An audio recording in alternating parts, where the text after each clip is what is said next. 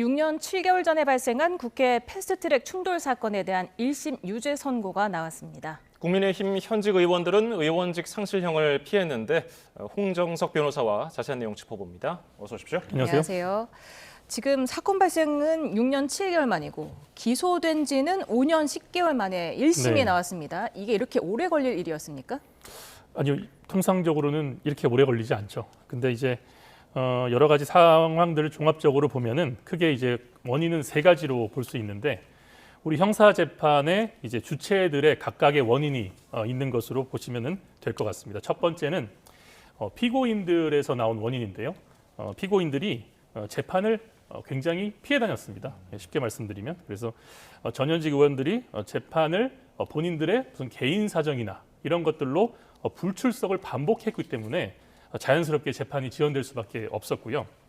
두 번째는 이제 법원에도 원인이 있습니다. 법원의 원인은 뭐냐면 지금 이 재판에 증인이 100명 넘게 이제 출석을 해서 증인 신문을 했는데 통상적으로 이러한 그 범죄 혐의에 대해서 증인이 이렇게 많을 이유는 없거든요.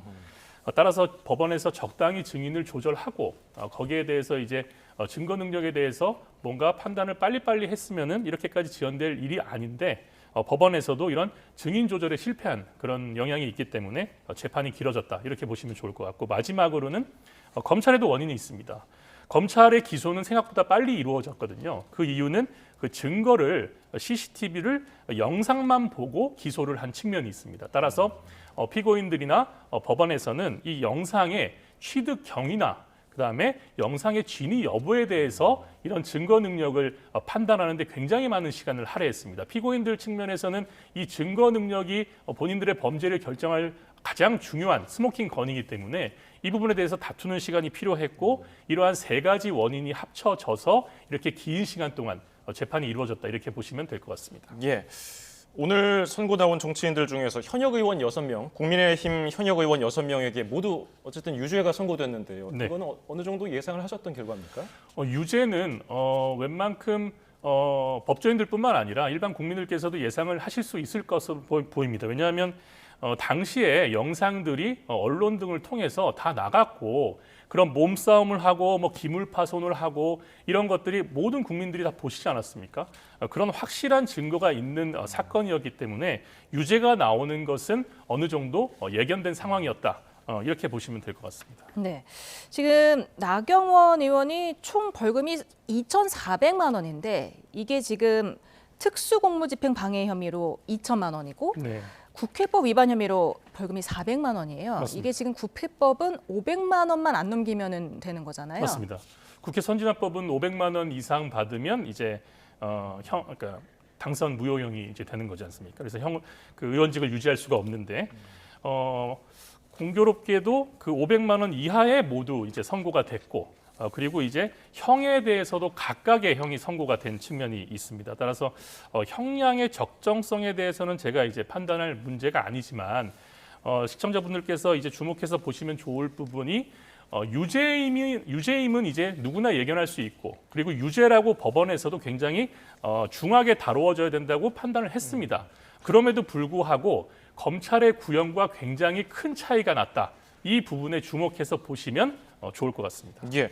그러면은 국민의힘 전신 자유한국당 의원 신분일 때 받았던 혐의 어떤 것들입니까? 아까 앵커분도 말씀하셨는데 크게 두 가지 혐의입니다. 첫 번째는 특수공무집행 방해, 두 번째는 국회 선진화법 위반. 좀 더 구체적으로 말씀드리면 당시에 이제 패스트트랙에 이제 찬성하는 최입의 바른미래당 의원을 감금한 혐의와 물리력 등을 동원해서 저지를 한 혐의는 이제 국회 선진화법 위반에 이제 포함이 되는 것이고요. 국회의원과를 점거하고 서류 접수를 방해한 행위는 특수공무집행 방해에 포함이 됐습니다. 그래서 좀 특이한 것이 사실은 이런 감금형이나 폭행이나 이런 물리력 사용에 대해서도 별도의 이제 형법 적용이 될 수도 있는데 이 부분은 국회 선진화법 위반으로 적용이 돼서 크게 두 가지 혐의로 적용해서 기소를 했다. 이렇게 보입니다. 네, 그렇다면 법원 판단을 좀 상세하게 짚어볼까요?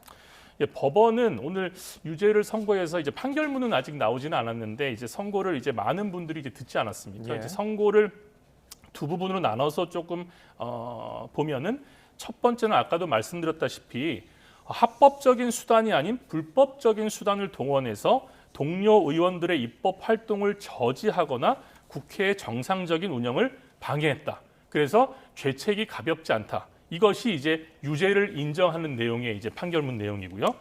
거에 반해서 오히려 그간의 총선 등에서 이런 선거를 통해서 국민의 정치적인 평가가 어느 정도 이루어졌고 이런 정치적 행위의 성격인 점 등도 양형에 고려했다. 이런 얘기도 재판부가 했지 않습니까? 예. 따라서 두 부분으로 나눠서 보시면 될 것 같은데 첫 번째는 유죄임은 명백하나 이 부분이 정치적 행위에 해당할 수 있기 때문에 양형에서 고려를 해서 원래의 형보다 좀 낮췄다. 이렇게 이해하시면 좋을 것 같습니다. 예. 그리고 저희가 낮에 이 소식을 전해드리면서 조금 헷갈렸던 것이 벌금이 두 가지로 구분이 되니까 이게 뭐지? 왜 이렇게 구분했을까? 이렇게 좀 의아했거든요. 네. 왜 이렇게 된 겁니까? 저도 이 부분은 이제 오늘 알고 굉장히 의아했는데요. 우리나라 형법상에 이제 38조의 이제 경합범에 해당하는 범죄입니다. 이 범죄도. 따라서 경합법의 법리에 따르면 한꺼번에 선고를 하는 것이 원칙입니다.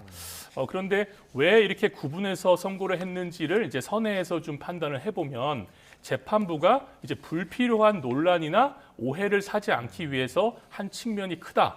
왜냐하면 경합범은 예를 들어서 이제 특수공무집행 방해와 선거법 위반의 경합범으로 해서 선고가 나면 나경원 의원 같은 경우는 2천만 원 플러스 400만 원이지 않습니까? 예. 그럼 2천만 원에 어느 정도의 벌금이 더해지게 되는 형태거든요. 그러면 우리 말씀하셨다시피 국회 선진화법 500만 원 이상 선고를 받으면 당선이 무효가 되는 그런 형이 됐는데 이게 과연 그러면 2천 몇백만 원 중에 어느 부분이 국회 선진화법에 적용되는 금액이냐 이거 가지고 또 설왕설래가 있고 그러면 거기에 대한 또 해석이 분분하고 이런 사태들이 날 수 있기 때문에 미연에 방지하기 위해서 형을 구분해서 검찰이 구형 단계부터 구분해서 구형을 했습니다. 이것도 굉장히 특이한 케이스인데요. 구형도 구분해서 이루어졌고 법원에서도 구분해서 판단을 했다. 이 부분은 아무래도 이런 현역 의원들에 대한 그런 지금 의원직 유지 문제가 어느 정도 고려가 됐다. 이렇게 보는 것이 좋을 것 같습니다. 네, 앞서서 검사 구형량보다 이번 판결이 좀 많이 모자랐다 이렇게 판단을 해주셨는데 물론 뭐 검사 구형량보다 높게 나온 사람들도 일부 있습니다만은 네. 일단은 지금 국민의힘에서는 검찰의 승복을 요구하고 있습니다. 지난번 대장동 항소 포기를 언급하기도 했는데 검사들이 어떤 판단을 하게 될까요? 이 오늘 난 선고에 대해서 검찰에서 항소를 안 하기는 굉장히 어려운 사안으로 제가 볼 때는 보이거든요. 왜냐하면 구형이랑 차이도 많이 나고 그리고 만약에 그 구형이랑 차이가 나게 무죄 선고가 났다. 그러면은 이제 판결문을 분석해서 과연 본인들의 수사 내용이나 이런 것들을 종합적으로 고려를 할 수 있겠지만 법원에서 유죄 판결을 했는데 형이 본인들이 구형한 것보다 훨씬 낮게 나왔다.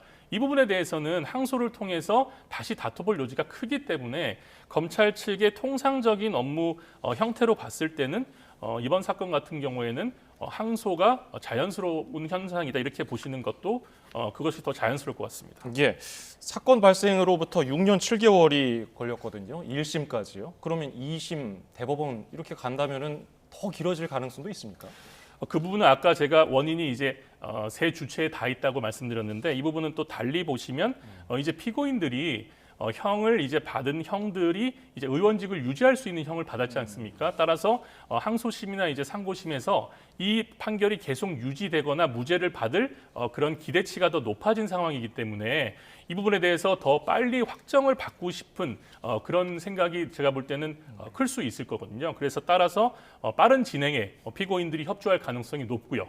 그리고 법원도 1심은 증인이 100명이 넘었지만 항소심에서는 이미 진행한 증인 신문이 이루어질 여지도 적고 증거조사도 항소심에서는 이루어질 것들이 많지 않은 사건입니다. 따라서 법원도 더욱 신속하게 재판을 진행할 가능성이 높기 때문에 항소심은 이런 1심에서 지나치게 많이 걸렸던 기간보다는 훨씬 짧은 기간에 결론이 나올 가능성이 높습니다. 그렇다면 혹시 2심에서 이렇게 의원직 상실형이 나올 수도 있다고 보십니까? 아까도 말씀드렸듯이 지금 1심에서는 구형 자체도 구분해서 했고 판결도 구분해서 했습니다. 그래서 첫 번째는 만약에 항소심에서도 이러한 구형 방식과 판결 방식을 동일하게 가져갈 것이냐 이제 그것이 가장 중요해 보이고요. 왜냐하면 항소심에서 이것을 통상적으로 경합범으로 봐서 선고를 통상적인 방식으로 한다. 그러면 이제 얘기가 달라질 수 있는 것이고요. 그리고 두 번째는 아까 말씀하셨다시피 1심 재판부는 지금 피고인들이 국민들의 정치적인 판단을 어느 정도 받았고 정치적인 행위로 본 측면에서 양형에 고려되었다고 이제 판시를 했지 않습니까? 그런데 지금 항소심에서는 이러한 정치적인 판단을 꼭 판결에 해야 될 의무도 없고 그러지 않을 가능성도 충분히 있다고 보입니다. 따라서 항소심에서도 이번 1심 판결에서와 다른 결론이 나올 가능성이 어느 정도는 있다고 보시는 게 좋을 것 같습니다. 예. 근데 지금 이장우 대전시장 그리고 이철규 의원을 보면은 구형과는 어떤 다른 의원들 건과 비교해서 네. 어떤 차이가 있는지 이 점도 좀 설명해 주실까요? 예, 보통 이제 구형이나 이제 그 선고에는 이제 가담 그 범행에 대한 가담 정도나 그다음에 이제 죄질 여부들이 이제 고려가 되거든요. 그리고 다른 피고인들과의 이런 형평성 문제도 고려가 됩니다. 근데 검찰의 구형을 보면 검찰의 구형은 가담 정도에 따라서 그 구형의 정도를 약간 차이를 크게 뒀습니다. 중하게 가담한 사람에 대해서는 이제 실형을 구형했고요. 가담의 정도가 낮은 피고인들에 대해서는 벌금형도 아주 낮은 벌금을 구형했습니다.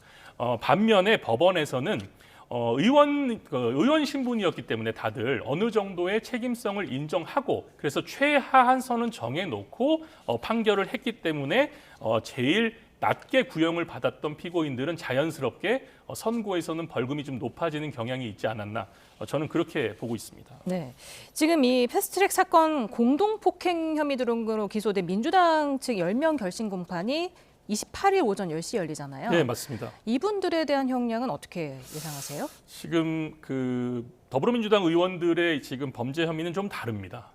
국민의 그 당시 자유한국당 의원들에 대해서는 아까 말씀드렸다시피 특수공무집행 방해와 국회 선진화법 위반인데 더불어민주당 의원들에 대해서는 폭행죄가 지금 의율이 돼가지고 재판을 받고 있는 거거든요. 따라서 폭행죄에 따라서 구형이 이루어지고 선고가 이루어질 것이기 때문에 국회 선진화법의 형량과는 좀 차이가 날 가능성도 제가 볼 때는 있어 보입니다. 그리고 범죄 사실도 한 가지이고 다만 이것이 어느 범죄가 더 중하게 판단이 되고 그 죄질 측면에서 어떻게 재판부에서 볼지에 따라서 조금 다를 수도 있다. 이렇게 보고 싶습니다. 예, 다음 주제 좀 살펴볼까요? 어젯밤에 전남 신안해상에서 여객선이 돌섬을 들이받았는데 1등 항해사와 조타수를 해경이 긴급 체포했거든요. 어떤 맞습니다. 혐의 받고 있습니까? 어제 저도 굉장히 가슴을 쓸어내린 사고였는데 다행스럽게도 이제 인명 피해는 이제 낮은 것으로 보이는데요.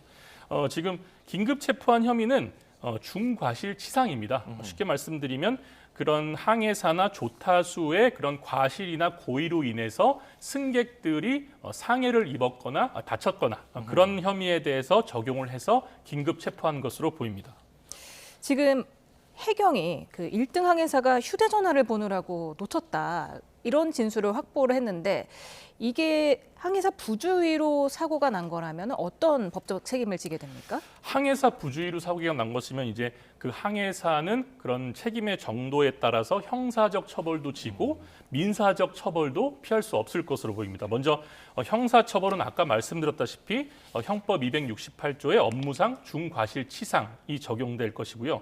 이 유죄가 확정되게 되면 5년 이하의 금고 또는 2천만 원 이하의 벌금에 처해지게 됩니다. 구체적인 형량은 뭐 부상자 수라든지 부상 정도, 사고 예방 가능성에 따라서 달라질 수 있고요. 아까 말씀드렸듯이 민사 책임도 피하기 어려워 보입니다. 지금 우리 여객선 운행은 그 승객 안전 운송 의무가 매우 강하게 적용이 됩니다. 따라서 그 부분에 대해서 만약에 항해사나 조타수의 과실이 매우 크게 적용이 된다면은 그분들에 대한 책임 소재는 굉장히 커질 것으로 보입니다. 예. 지금 이 사건의 경우 항해를 담당하던 1등 항해사가 언제 이게 변침했는지 그러니까 지금 방향을 바꿨는지 이것도 변수가 되겠습니까? 예, 지금 해경과 해사 전문가들이 공통적으로 지적하는 부분이 바로 말씀하신 그 부분이거든요. 그러니까 쉽게 말씀드리면 이제 꺾어야 될 부분에서 수동으로 전환해서 꺾었어야 되는데 그것을 핸드폰을 받는지 뭐 했는지는 이제 수사를 좀 더 해봐야 되겠습니다만은 어쨌든 꺾어야 되는 시점에서 꺾지 못해서 그대로 돌진했고 그 무인도가 나타나기 100m 전에 이제 인지를 했다는 거지 않습니까? 예.